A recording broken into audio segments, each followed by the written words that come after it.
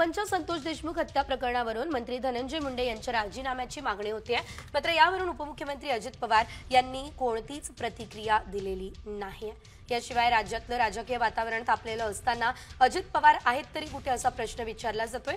अजित पवार बहुधा परदेशात गेले असावेत अशी चर्चा आहे। धनंजय मुंडेंवर विविध राजकीय पक्षांकडून आरोप होतोय। त्यातच राष्ट्रवादी युवती काँग्रेसच्या अध्यक्षा संध्या सोनवणे यांची देखील सीआयडीने चौकशी केली आहे। यामुळे आता अजित पवार यांना सध्या बचाव करताना तारेवरची कसरत ही करावी लागणार आहे, असंच काहीसं चित्र सध्या तरी बघायला मिळतंय।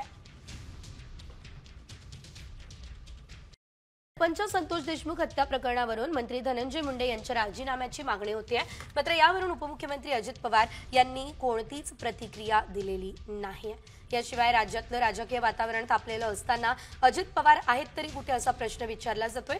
अजित पवार बहुधा परदेशात गेले असावेत अशी चर्चा आहे। धनंजय मुंडेंवर विविध राजकीय पक्षांकडून आरोप होतोय। त्यातच राष्ट्रवादी युवती काँग्रेसच्या अध्यक्षा संध्या सोनवणे यांची देखील सीआयडीने चौकशी केली आहे। यामुळे आता अजित पवार यांना सध्या बचाव करताना तारेवरची कसरत ही करावी लागणार आहे, असंच काहीसं चित्र सध्या तरी बघायला मिळतंय।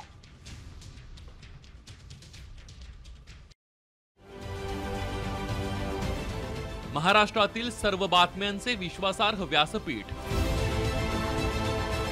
सकाळच्या सर्व सोशल मीडिया प्लॅटफॉर्मला लाईक, फॉलो आणि सबस्क्राईब करा। तसंच सर्व नोटिफिकेशनसाठी बेल आयकॉन प्रेस करायला विसरू नका।